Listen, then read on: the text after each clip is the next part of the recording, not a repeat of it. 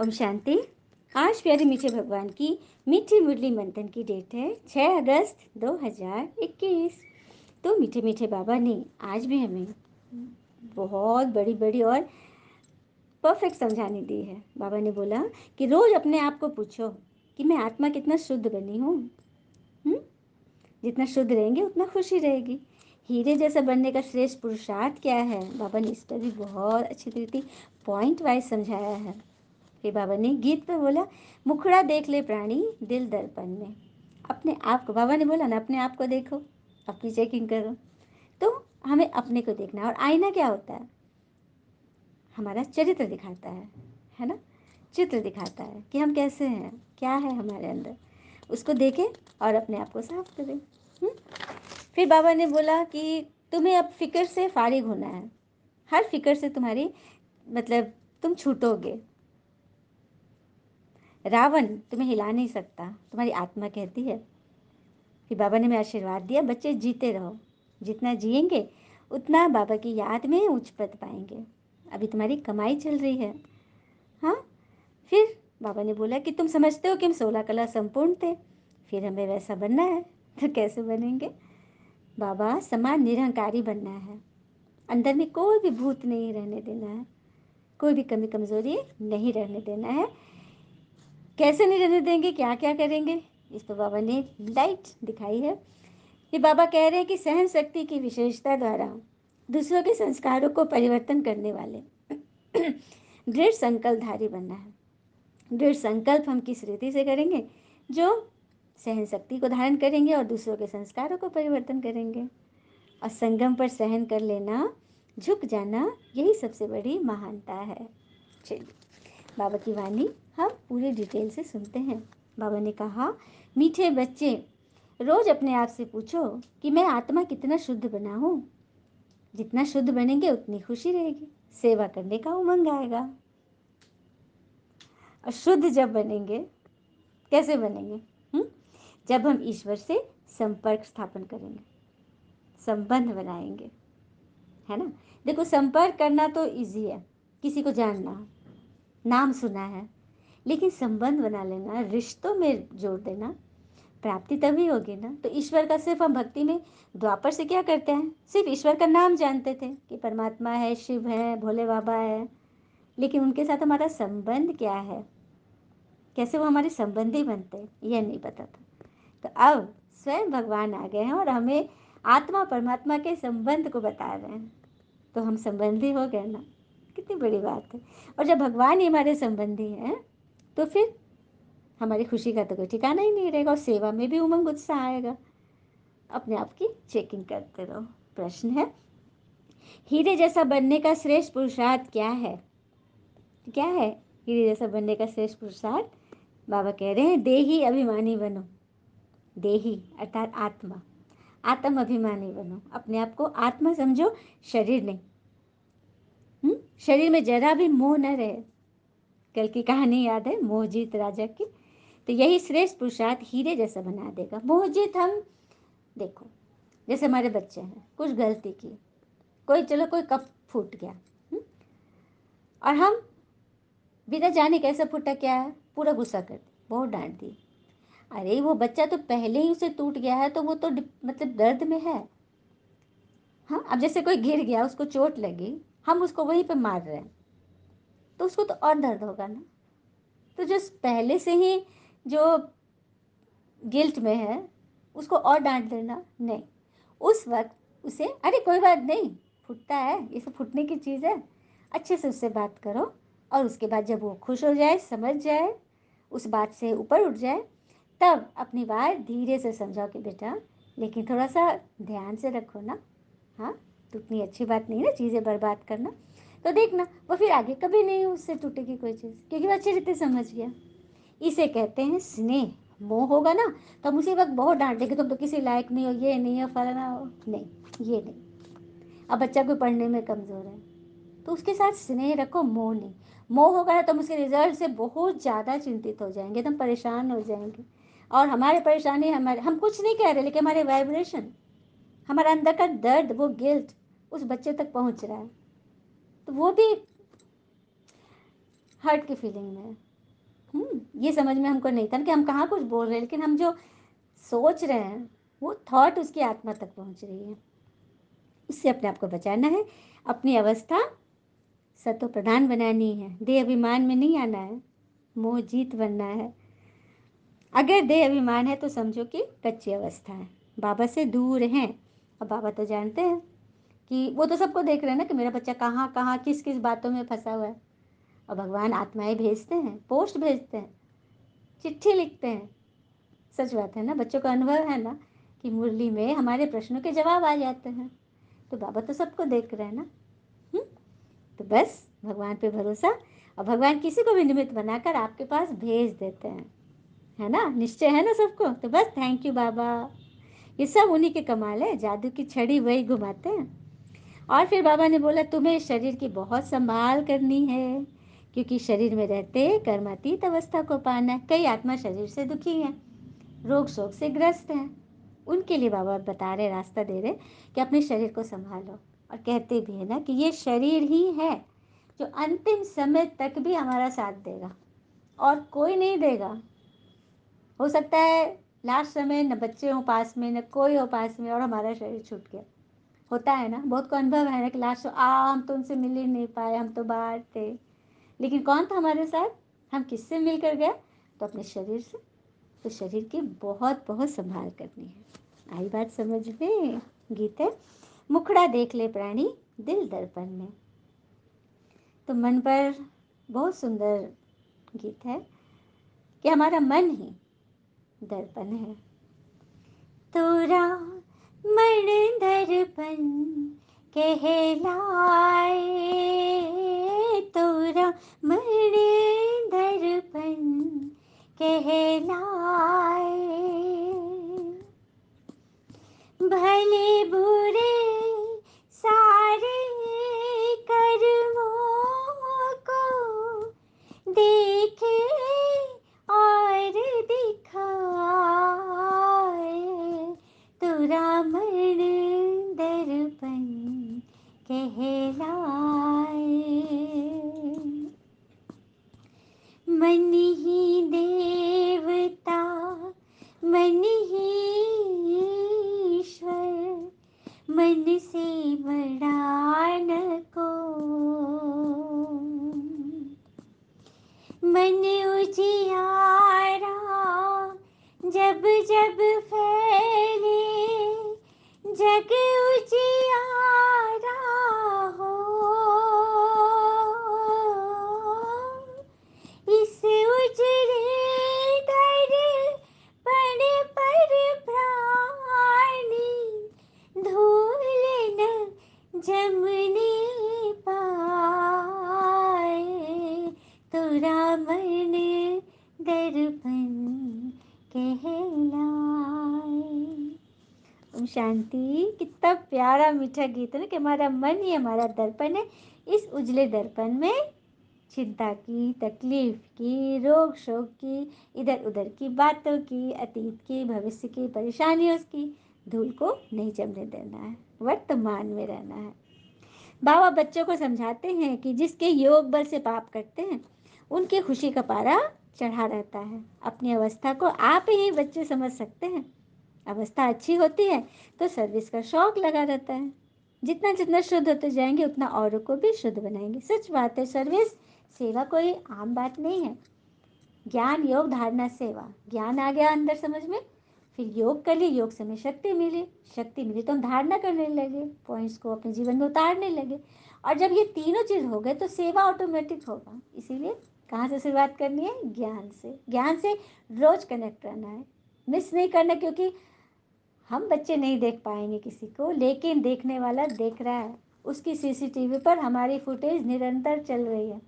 उनको दिखाने के लिए पढ़ो, क्योंकि टीचर है ना, टीचर किससे खुश होते हैं, बेस्ट स्टूडेंट से, एक्टिव स्टूडेंट से, सिंसियर स्टूडेंट से, है ना। तो ईश्वर को खुश करना है तो अच्छे स्टूडेंट बन जाओ।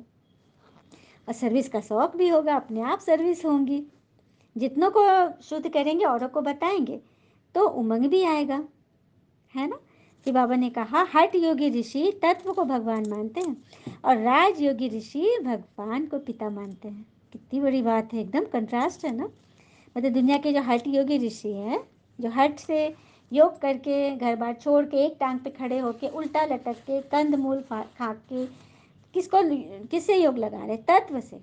तत्व अर्थात ईश्वर का घर, घर को ही भगवान मान लिया। और हम बच्चे राजयोगी ऋषि भगवान को पिता मानते हैं। यह फर्क है। तत्व को याद करने से न तो पाप कटेंगे और न ही कोई बल मिलेगा। हाँ, घर में रहने वाले व्यक्ति से संबंध जोड़ना है ना, कि घर से दीवार से संबंध जोड़ ले, ईंट और गारे से। तो यही फर्क है। बाबा कहते फिर अभी तो फिक्र से फारिग होने के लिए अपनी पुरुषार्थ को आगे बढ़ा रहे हो। फिर 21 जन्म के लिए कोई फिक्रात नहीं रहेगी। रामायण की कथा भी तुम्हारे पर है। तुम ही महावीर बनते हो ना। महावीर जी की कहानी थी ना। क्या कहानी था? सबको पता है। वे अपनी शक्ति भूल चुके थे, क्योंकि बचपन में उनको वो मिल गया था ना, जब उन्होंने सूरज को निगल लिया था तो श्राप मिला था ना कि तुम अपनी शक्ति को भूल जाओगे। तो फिर जब वो सेना की बात हुई राम जी के, तो जामवंत ने उनको याद दिलाया था कि हे महावीर, तुम तो महावीर हो, तुम्हारे अंदर सारी शक्तियाँ मौजूद है। तो यहाँ परमात्मा जामवंत बन के आए हैं और हम महावीरों को हमारी शक्ति याद दिला रहे कि तुम्हारे अंदर सारी शक्ति थे, सारे गुण मौजूद थे, तुम देवी देवता थे, फिर से तुम्हें वो पद पाना है। फिर आत्मा कहती है हमको रावण हिला नहीं सकता, यह अवस्था पिछाड़ी को आएगी। अभी तो कोई भी हिल जाते हैं, क्योंकि फिक्रात रहती है ना। देखो, फिक्र रहता है, चिंता रहती है, तो छोटी छोटी बातों में मन हिल जाता है ना। बाबा भी कह रहे कि अभी तुम्हारी अवस्था वैसी नहीं हुई है, अभी तो सभी हिलते रहते हो। और जब विश्व में लड़ाई लगेगी तब समझेंगे कि अब टाइम आ गया है। लास्ट समय क्या होगा? चारों तरफ से युद्ध की एकदम तैयारी चल रही है, युद्ध पर एकदम प्रकोप चलेगा, प्रकृति की हलचल, आत्माओं की हलचल, भटकती हुई आत्माओं का हमला, मतलब हर तरह से जब चारों तरफ से जब वार होंगे, तब समझना कि अब समय नजदीक आ गया है। ये बाबा समझा रहे कि बच्चे जीते रहो। चलिए, बाबा ने सबका आशीर्वाद दे दिया, जीते रहो। जितना जिएंगे उतना बाबा की याद से ऊंच पद पाएंगे, क्योंकि जितना जीवन रहेगा, ये शरीर रहेगा, तभी तो हम योग करेंगे ना। इसीलिए बाबा कहते हैं जीते रहो। अभी ही तुम्हारी कमाई होती रहती है, तो शरीर को निरोगी, स्वस्थ, तंदुरुस्त रखो। आज बाबा ने पूरी मुरली शरीर पर चलाई है कि शरीर को तंदुरुस्त रखो, गफलत नहीं करो, खान पान की संभाल करो, समय पर खाना पीना, सोना उठना, कि सब कुछ करना है, क्योंकि यह अमूल्य तन है। तो एक रस चलन रखनी है, एक रस चलन, है ना। ऐसा नहीं कि हम आज ऐसा कल वैसा, नहीं। और कहते हैं जिस मेहनत से आज आप भाग रहे हो, वही कल आपको सफलता दिलाएगी। तो झोंक दो खुद को इस आग में, यही कल आपको हीरा बनाएगी, है ना। दृढ़ संकल्प, जिस दृढ़ संकल्प से मतलब हार रहे हो, आलस्य कर रहे हो, उसमें बल दो, जुट जाओ उसमें। फिर बाबा समझा रहे हैं कि अभी तुम समझते हो हम कितने ऊंच पद, उच्च धर्म, उच्च कर्म वाले थे। तब तो गायन है ना, 16 कला संपूर्ण, किसके लिए गायन है? देवी देवताओं के लिए गाते आए ना। तो फिर से वैसा बनना है, तो अपने को देखना है कि कहाँ तक हम सतो प्रधान बने हैं, पावन बने हैं, कहाँ तक नरक वासियों को स्वर्गवासी बनाने की सेवा कर रहे हैं, कहाँ तक हर एक मन को खिला रहे हैं। तो ये कौन देखेगा? हम खुद ही देखेंगे ना। हम देखेंगे और हमारे बाबा देखेंगे कि बच्चा कहाँ तक सर्विस कर रहा है। अच्छा, बाबा को नमस्ते। धारणा के लिए मुख्य सार, पहले पॉइंट, पिता समान निरहंकारी बनना है। इस शरीर की संभाल करते हुए शिव बाबा को याद करना है। रूहानी सर्विस में पिता का मददगार बनना है, निरहंकारी बनना है भगवान जैसा, क्योंकि वो इस पति दुनिया में, इस पति शरीर में हाँ प्रवेश करके आए हैं। किसके लिए? हम बच्चे के लिए, हमारी सेवा कर रहे हैं। और उनको इस सेवा के प्रति कुछ भी नहीं चाहिए, निष्काम सेवाधारी। तो ऐसा बनना है, इस शरीर की संभाल करते हुए भगवान को याद करना है। रूहानी सर्विस में पिता का मददगार बनना है। भगवान जो विश्व परिवर्तन के लिए आए हैं, कलयुग को सत्युग बनाने, उस कार्य में ईश्वर की मदद करनी है। दूसरी पॉइंट, अंदर में कोई भी भूत को रहने नहीं देना है, कभी किसी पर क्रोध नहीं करना है। भूत किसी भी बात का, दुख का भी भूत होता है, हर्ट की फीलिंग भी एक बड़ा सा भूत है। कोई काम हम कर रहे हैं, नहीं हो रहा है, तो हिम्मत हार देते हैं। हाँ, तो परिस्थिति हमें हराती है, हारते हैं हम, लेकिन हमारे हौसले को परिस्थिति कुछ नहीं कर सकते, वो तो हमारे विचार से ही बनता है। जिंदगी में चलो बराबर हार हो रही है, हम हताश निराश हो रहे हैं, लेकिन कोई तो ऐसी चीज़ है जो कि हमें अब तक खड़ा रखे हुए हैं, हम डटे हुए हैं, वो है हमारा हौसला। एक लड़की थी, वो कोई बिजनेस कर रही थी, तो जो भी बिजनेस में हाथ डालती थी सब उसका फेल हो रहा था, तो बड़ा हताश निराश हो रही थी। फिर उसने कह दिया घर में कि अब मैं कुछ काम नहीं करूँगी, एकदम निढाल हो गई। तो उसकी मम्मी ने उसकी टीचर से बात की। टीचर उसकी मैंने उसकी बेटी को बहुत मानती थी और बच्ची अच्छी थी, बहुत टॉपर स्टूडेंट थी। तो टीचर ने बच्ची को घर बुलाया और बोली किसी कैसे हालचाल, पूरा हालचाल पूछी। उसके बाद उसको अपने बगीचे में ले गई, चलो मैं तुम्हें अपना किचन गार्डन दिखाती हूँ। तो वहाँ ले गई तो एक पौधे को दिखाया, वो टमाटर का पौधा था। तो लड़की ने देखा उसमें टमाटर सूखे सूखे थे, पेड़ भी एकदम सूखा लग रहा था, बेजान जैसा। तो टीचर ने बोला कि देखो इस पेड़ को देख रही हो? तो बोली हाँ, क्या देखना है कि तो मेरी तरह ये भी उदास है, उजड़ी हुई है, कुछ नहीं हो रहा है इसका। तो टीचर ने बोला ऐसा तुम क्यों सोच रही हो? इतना नेगेटिव बातें क्यों मन में पाली हुई हो? तुम एक पेड़ देख कर ऐसा कैसे सोच सकती हो? तो क्या कह रही हैं आप? हाँ, अब जाओ उस कमरे में जाके देखो। तो उसने कमरा खोला, स्टोर रूम टाइप का था। उसमें देखा लाल लाल रसीले रसीले टमाटरों से पूरी टोकरियां भरी हुई थी। तो बोले अरे ये? तो हाँ, तुम एक पेड़ देखी जिसको मैंने बहुत उस पर उपाय किया, पेस्टिसाइड डाले, उसके लिए बहुत कोशिश की जो पौधे में मिलने चाहिए, लेकिन ये नहीं पनप सका। लेकिन इसके अलावा और भी तो पेड़ थे, तो देखो सबके फल कितने हैं। इसका चेहरा खिल गया। तो लगा अरे वाह, ऐसा होता है? तो हाँ, क्यों नहीं। तो यही तो मैं तुम्हें समझा रही हूँ कि तुम यदि अपने बिजनेस में, अपने काम में हार मिल रही है, तो इसका मतलब ये थोड़ी है कि आगे भी तुम्हें नहीं मिलेगी सफलता। हौसला जिंदा रखो और आगे के लिए सदा प्रेरित होते रहो, दृढ़ संकल्प रखो, सफलता तुम्हारे कदम चूमेगी। जितनी अच्छी टीचर ने समझाया, तो उसने अपने मन का वो भूत निकाल दिया कि मेरे से तो कुछ भी नहीं हो सकता, मैं तो बिल्कुल क्या होपलेस केस हूँ। तो इस भूत को अंदर किसी को भी नहीं रखना है ना। कभी किसी पर क्रोध नहीं करना है, सबसे बहुत प्यार से चलना है, माता पिता को फॉलो कर तख्त नशीन बनना है, वरदान है। सहन शक्ति की विशेषता द्वारा दूसरों के संस्कारों को परिवर्तन करने वाले दृढ़ संकल्पधारी भव। सहन शक्ति की विशेषता, जैसे ब्रह्मा पिता ने ज्ञानी और अज्ञानी आत्माओं द्वारा इंसल्ट सहन कर उसे परिवर्तन किया, तो फॉलो फादर करो। ब्रह्मा पिता लेखराज दादा जो इस संस्था के फाउंडर थे, उनके सामने ज्ञानी आत्माओं के, ब्राह्मण आत्माओं के भी मतलब आए, वार आए, और अज्ञानी आत्मा जो कि भगवान को नहीं जानते, संस्था को नहीं जानते, बाबा को नहीं जानते, उनके तरफ से भी बहुत सारे मतलब विघ्न आए। लेकिन उन सब में उन्होंने सहन किया और उसे परिवर्तन किया। तो ऐसे फॉलो फादर करना है। तो इसके लिए क्या करना होगा? अपने संकल्पों में सिर्फ दृढ़ता को धारण करो, क्योंकि ब्रह्मा पिता का संकल्प था कि यह काम शिव बाबा का है, परमात्मा का है, मैं तो बस निमित्त हूँ। कोई भी प्रॉब्लम आता था वो बाबा को खत लिख कर बताते थे। खैर उनके शरीर में तो बाबा बराबर आते जाते रहते थे, तो उनसे चिट चैट चलती थी, बातें चलती थी, सारी बातें बाबा उनको शेयर करते थे। जिससे से परमात्मा तो निराकार है, उनको हम किसी भी संबंध में याद कर सकते हैं, मित्र के रूप में, माँ के रूप में, पिता के रूप में, बहन भाई, कुछ भी रूप में भगवान उसी रूप से हमें उसी तरह रिस्पॉन्ड करते हैं जिस भी रूप में हमने उनको माना है। तो ये बात है। तो संकल्पों में दृढ़ता कि ईश्वर हमारे साथ है, तो फिर डरने की क्या बात है। यह नहीं सोचो कि कहाँ तक होगा, कैसे होगा, भगवान का काम है। यज्ञ के बहुत सारी घटनाएं हैं कि कभी कभी भोजन बिल्कुल नहीं रहता था, क्योंकि बाबा ने अपने पूरा बिजनेस को ये कर दिया ना, स्विच कर दिया, और ट्रस्टी मतलब बना दिया माताओं को। 8 माताएं थी जिनको बाबा ने सबको दे दिया, और यहाँ तक कि ब्रह्मा बाबा को भी कुछ हीरो के व्यापारी थे, लेकिन सारा बिजनेस उन्होंने सेवा में, ट्रस्टी में डाल दिया, ट्रस्ट में। उनको भी कुछ ज़रूरत होता था ना, तो दादी से मांगते थे कितने पैसे दो, मुझे कुछ काम है। तो अपने पैसे को भी उन्होंने ट्रस्टी बना दिया दूसरे को। हम्म, तो इतने निरंकारी, इतने मतलब सब कुछ भगवान पर सौंप देना।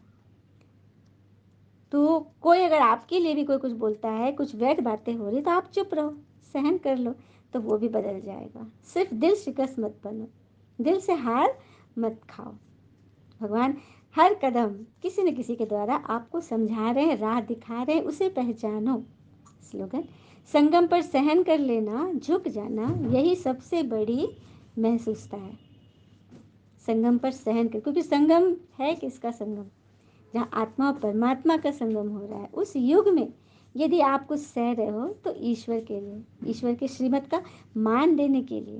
तो झुक जाना, अर्थात फलदार वृक्ष, जब वृक्ष में फल लग जाते हैं तो कैसे डालें, टहनियाँ, पत्ते सब झुक जाते हैं ना। तो यही तो सबसे बड़ी महानता है कि आप भरपूर हो। अच्छा, और कहते हैं ना, words and hurts should be handle with care. Words when spoken and hearts when broken are the hardest thing to repair. तो शब्द और दिल को हमेशा संभाल कर रखो, क्योंकि शब्द जब बोले जाते हैं और हर्ट, दिल जब टूटता है तो उसे रिपेयर करने में बहुत समय लगता है। तो उसे बचा के रखो ना। अच्छा, ओम शांति। शुक्र है मीठे बाबा, वो बाबा के प्यारे प्यारे बच्चे। थैंक यू बाबा। All is well always. ओम शांति।